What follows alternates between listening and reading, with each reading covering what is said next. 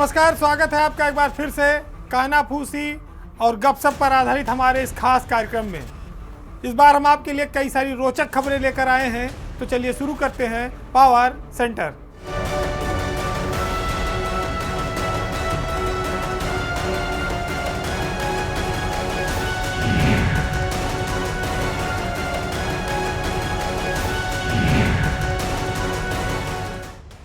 उत्तर प्रदेश में जब ब्यूरोक्रेसी की बात आती है तो ईमानदारी और बेईमानी की बात भी आती है। ईमानदारी और बेईमानी के बीच क्या एक बारीक सा अंतर है कि लोगों के दिखावे में ईमानदार बने रहें और अंदर अंदर बेईमानी चलती रहे, या ईमानदार आदमी खाँटी ईमानदार होगा ए से लेकर जेड तक, और कहीं बेईमानी का कोई आरोप उस पर नहीं लगना चाहिए। लेकिन ये दौर जो है ये दिखावटी ईमानदारी का दौर बनता जा रहा है। आज हम इस बात की चर्चा करेंगे कि उत्तर प्रदेश में जो आबकारी महकमा है वो एक उत्तर प्रदेश के बहुत ईमानदार आईएएस अफसर के हवाले है, लेकिन वहाँ पर भ्रष्टाचार की कई सारी कहानियाँ हैं। ऐसी कहानियाँ जो ईमानदारी पर सवाल खड़ी करती हैं, जो बताती हैं कि अफसरों में बेईमानी है और ये बेईमानी सरकार की आंखों में धूल झोंक कर की जा रही है। आबकारी विभाग में भ्रष्टाचार के नित नए खुलासों के बीच आज 500 करोड़ से ज़्यादा का एक ठेका घोटाला हम आपके सामने रखेंगे, और आप खुद तय करिए कि जो अधिकारी सरकार की नज़रों में बेहद ईमानदार हैं वो इस तरह की बेईमानी को क्यों पाले हुए हैं, क्यों संरक्षण देते हैं। अगर वो ईमानदार हैं तो फिर सरकारी राजस्व को नुकसान नहीं पहुंचना चाहिए। जानकारी के मुताबिक मामला यह है कि प्रदेश में अवैध शराब की जो बिक्री है उसको रोकने के लिए सरकार ने कहा था कि एक ट्रैकिंग सिस्टम लागू किया जाएगा। इस पर एक सहमति बनी। मुख्यमंत्री के निर्देश पर तत्कालीन आबकारी आयुक्त और वर्तमान में अपर मुख्य सचिव आबकारी संजय भूसरेड्डी, इन लोगों ने मिलकर एक टेंडर निकाला, यानी कि जो शराब की बिक्री है उसको ट्रेस करने का, ट्रैक करने का, और जो ये उसमें मिलावट हो रही थी या जो नकली शराब बिक रही थी उस पर रोक लगाने का। अब जब ये टेंडर निकला पीओएस मशीन के लिए, जो 544 करोड़ के करीब का काम है, लेकिन मज़ेदार बात यह है कि इसमें जो टेंडर डालने कंपनी आई वो दक्षिण भारत की कंपनी थी। ये दोनों अधिकारी सौभाग्य से दक्षिण भारत से आते हैं, उत्तर प्रदेश में नौकरी करते हैं। ये शिकायत हुई, वो मामला टल गया। लेकिन फिर जब नया मामला आया तो इस बार चेन्नई की कंपनी आ गई, और उस चेन्नई की कंपनी को पूरा काम भी दे दिया गया। साफ है कि जुगाड़ तंत्र की ओर बहुत सारे इशारे हैं इस काम में, जिसमें हम आपको बिंदुवार बताते हैं। उत्तर प्रदेश में पीओएस मशीन के जो खरीद के लिए टेंडर प्रक्रिया अपनाई गई वो दोषपूर्ण मानी जाती है। मानी इसलिए जाती है कि इस टेंडर में 3 कंपनियां आई थीं, जिसमें चेन्नई की ओएसिस नामक कंपनी ने ही अर्नेस्ट मनी जमा की, बाकी 2 कंपनियों ने अर्नेस्ट मनी ही नहीं लगाया। साफ है कि जब मैनेज होता है टेंडर तो सपोर्टिंग डलवाए जाते हैं। दोनों अफसरों ने ये जाना और शिकायत भी हुई कि टेंडर प्रक्रिया फेयर नहीं है, उसके बावजूद ओएसिस कंपनी को ट्रैक एंड ट्रेस परियोजना का सैकड़ों करोड़ का काम सौंप दिया गया। चलिए, सौंप दिया, मनमानी की, लेकिन सन 2020 में ये टेंडर हुआ था। आज हम 2022 में हैं। 2022 में यानी कि 2 साल बाद भी इस कंपनी ने अपना काम शुरू नहीं किया। जब हल्ला मचा, सख्ती हुई, तो अभी 2 साल बाद ओएसिस कंपनी ने कुछ दुकानदारों को बुलाकर सरकार के सामने एक डेमो करा दिया, जबकि टेंडर में ये शर्त थी कि मार्च 2021 से काम शुरू हो जाएगा। और आप ये देखिए कि 2022 आ गया और अभी तक कंपनी सिर्फ डेमो दे रही है। इस प्रोजेक्ट के जो लेट होने से सरकार को जो अनुमान है कि 10,000 करोड़ रुपया सालाना का चूना लग रहा है। तो भाई चर्चाएं होंगी। चर्चा ये है कि जिस कंपनी को काम दिया गया है उसको कोई तजुर्बा नहीं है, इससे पहले उसने उत्तर प्रदेश में राशन की दुकानों पर भी पीओएस मशीन लगाई थी, जो घटिया सप्लाई थी, जो तकनीकी रूप से अक्षम साबित हुई, लेकिन आबकारी महकमा उसको ढो रहा है। क्यों? क्योंकि वहाँ पर संजय भूस रेड्डी खुद को ईमानदार घोषित किए हुए हैं और सरकार की आंख के सामने एक पर्दा पड़ा हुआ है। ये अधिकारी अपनी ईमानदारी उत्तर प्रदेश में तो दिखाते हैं, लेकिन क्या कारण है कि दक्षिण भारत से आने वाले अफसरों के यहाँ चेन्नई, आंध्र प्रदेश, तेलंगाना, कर्नाटक, उधर ही की कंपनियां आ रही टेंडर डालने। तमाम सारी चीज़ें जांच का विषय है, तमाम सारे सवाल खड़े होते हैं, लेकिन कार्रवाई कौन करेगा? क्योंकि जिसका सीधा कनेक्शन है, जिसका ऊंचा कनेक्शन है, वो उसके सामने तो मंत्री भी बौने हैं। तो मंत्री हो या संतरी हो, जहाँ ब्यूरोक्रेसी हावी है और जहाँ पर उसने ये ठप्पा लगवा लिया कि वो सबसे ज़्यादा ईमानदार हैं, बाकी सब बेईमान हैं, तो स्वाभाविक है इस ईमानदारी की आड़ में उत्तर प्रदेश में पहले भी बहुत बड़े बड़े खेल हुए हैं और ब्यूरोक्रेसी फिर कई सारे खेल खेल रही है। ये अलग बात है कि जनता को, मीडिया को ये खेल दिखता है, इसमें खामियां दिखती हैं, लेकिन जो सरकार में बैठे लोग हैं वो शायद सब कुछ देखकर भी आंख मूंदे रखना चाहते हैं। अब देश में चुनाव का मौसम शुरू होने वाला है। 2024 निकट है, लोकसभा चुनाव की बेला आ चुकी है। बिहार में नीतीश कुमार के भाजपा से अलग होने के बाद अब सबकी निगाहें उत्तर प्रदेश पर हैं। अगर वोट शेयर के लिहाज से देखें तो उत्तर प्रदेश में विपक्ष में जो दो बड़े दल हैं वो है समाजवादी पार्टी और बसपा। यही दोनों दल पिछले बार 2019 के लोकसभा चुनाव में मिलकर लड़े थे और उन्होंने बीजेपी को कड़ी टक्कर दी थी, लेकिन उस चुनाव के बाद मायावती और अखिलेश की राहें जुदा हो गई। इन्होंने अपना गठबंधन तोड़ लिया। ये सब तल्खी शुरू हो गई, एक दूसरे के खिलाफ बयानबाजी चल रही थी। अचानक से पिछले दिनों विधानसभा का सत्र आया और समाजवादी पार्टी के एक मार्च को लेकर मायावती का दिल कुछ पिघलता दिखा, या ये आप कह सकते हैं कि जो सरकार ने, पुलिस ने समाजवादी पार्टी के मार्च को रोकने की, प्रदर्शन को रोकने की जो कोशिश की, उससे मायावती नाराज है। अप्रत्यक्ष रूप से ये समाजवादी पार्टी के लिए उनके समर्थन के तौर पर, नरमी के तौर पर माना जा रहा है। उनकी ये नरमी बढ़ना समाजवादी पार्टी में भी नई ऊर्जा देता होगा कि शायद अब उत्तर प्रदेश में भी विपक्षी दल एक साथ एक मंच पर बैठकर कुछ सलाह मशविरा करके 2024 के चुनाव लड़ने के बारे में सोच सकते हैं। मायावती ने लगातार इधर हमले जारी रखे। उनका आरोप है कि बीजेपी सरकार ने तानाशाही की, विपक्ष की पार्टियों को वो धरना प्रदर्शन नहीं करने दे रही है, विरोध को कुचलने की कोशिश हो रही है। और जबकि बीजेपी जब खुद विपक्ष में हुआ करती थी तो विधानसभा के सामने उसका दफ्तर है और वो अक्सर सड़क पर प्रदर्शन करती थी, जाम भी लगाती थी। मायावती के इस बयान को लोकसभा चुनाव के पहले विपक्ष के बीच एक बड़े संदेश के तौर पर माना जा रहा है, लेकिन अब इसमें मूर्त रूप ये कब निकलेगा, कितनी सच्चाई है, ये थोड़ा और अभी जब चुनाव करीब आएगा तब पता लगेगा।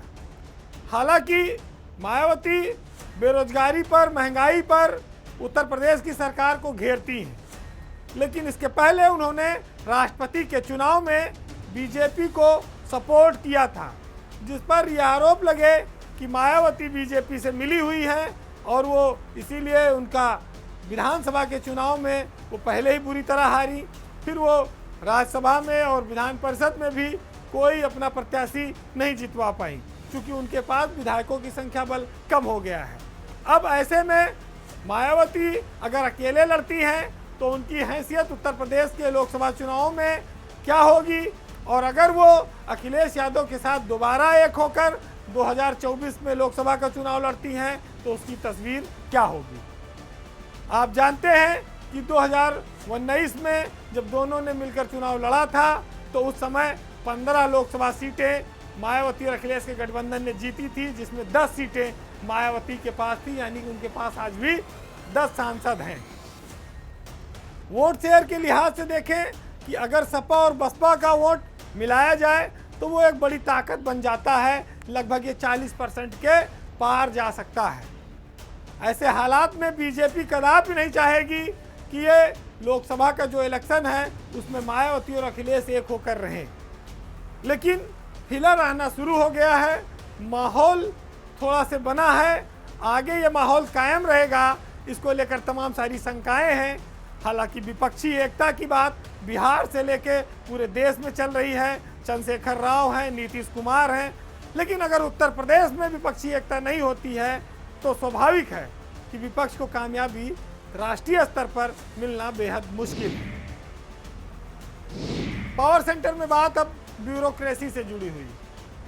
यूपी में अफसरों का आना और जाना ये एक लगातार सिलसिला है, चलता रहता है। आज लेकिन कुछ अफसरों की संख्या ज़्यादा हो गई, इसलिए आपके सामने इस खबर को लाना जरूरी है। यूपी के 2 वरिष्ठ आईएएस अफसरों को सरकार ने अभी गुपचुप तौर पर एनओसी दे दी है दिल्ली जाने के लिए, केंद्र में जाने के लिए।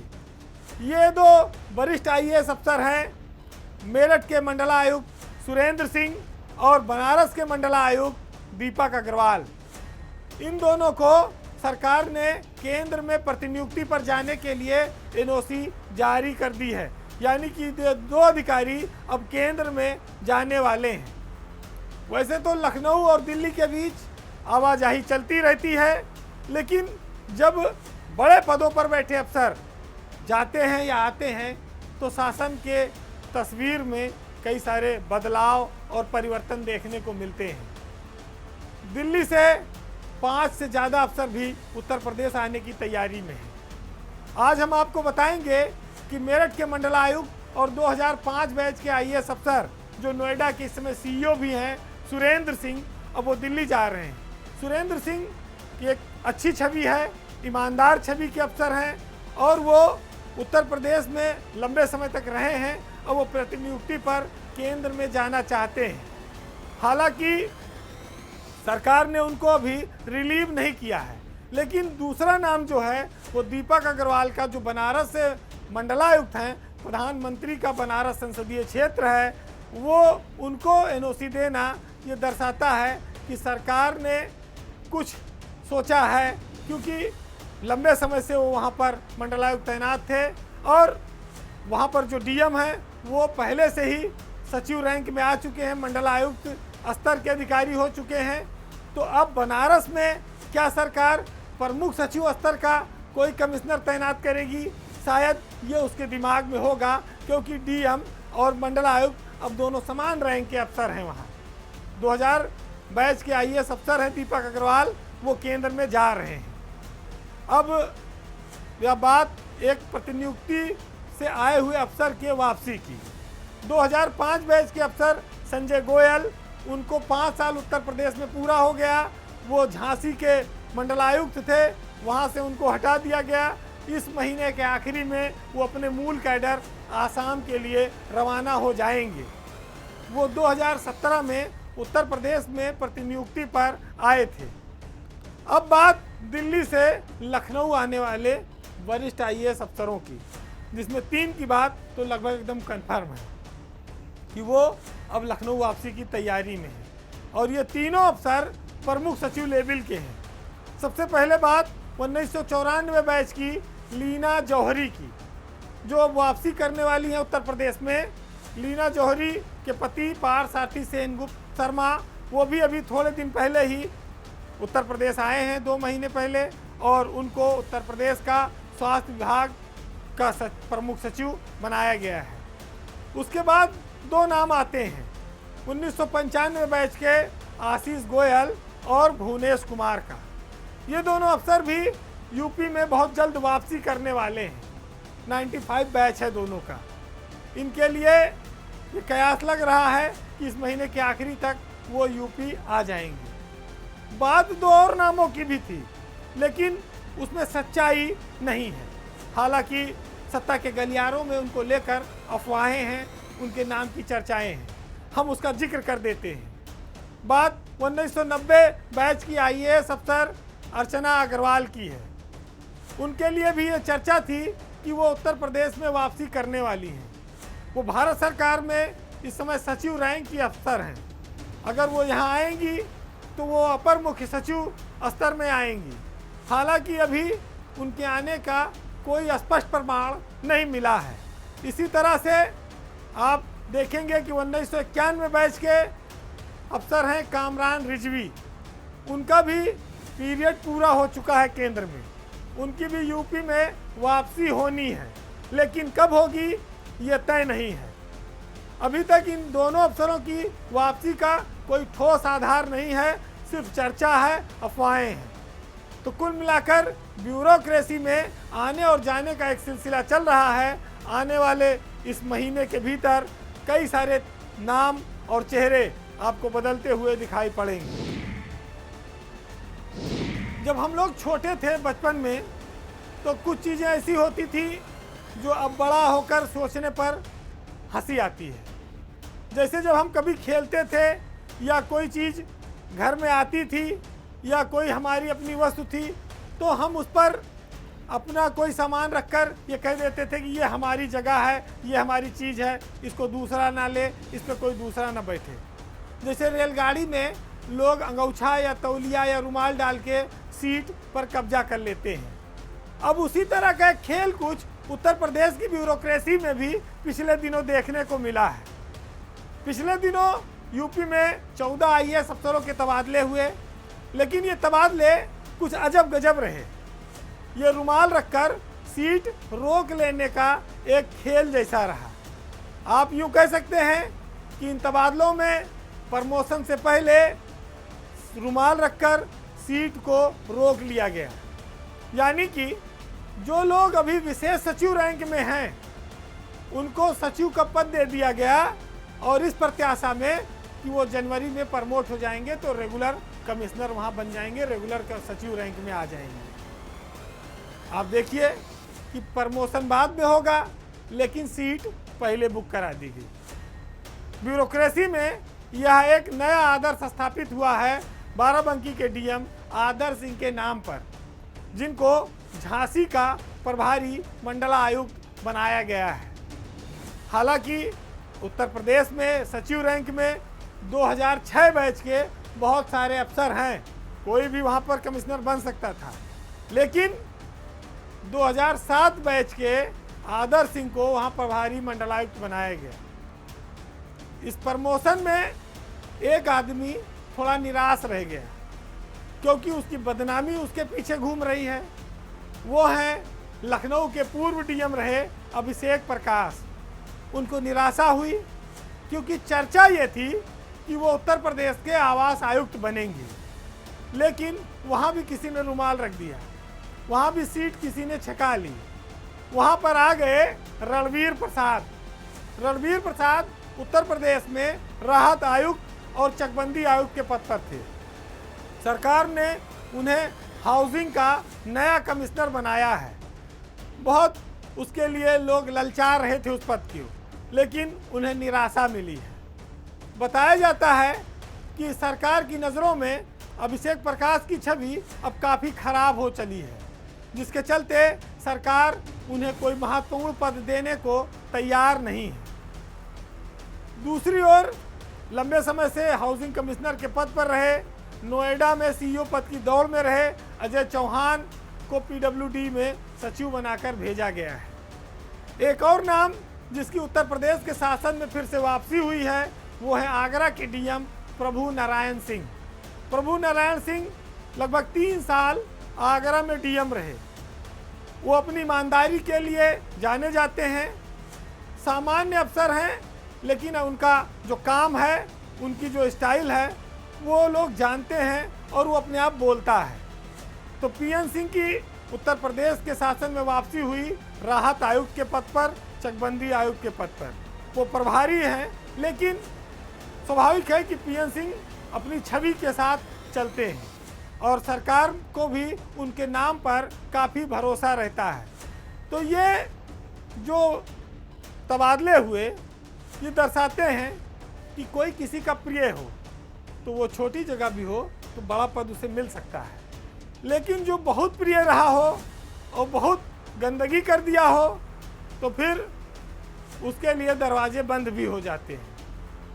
बहरहाल पुराने लोग थे, ज़माना था, एक आदर्श स्थापित करते थे, ना वो ज़माना रहा, ना वो अफसर रहे, ना वैसे लोग रहे, लेकिन जो साहित्य है वो जिंदा है।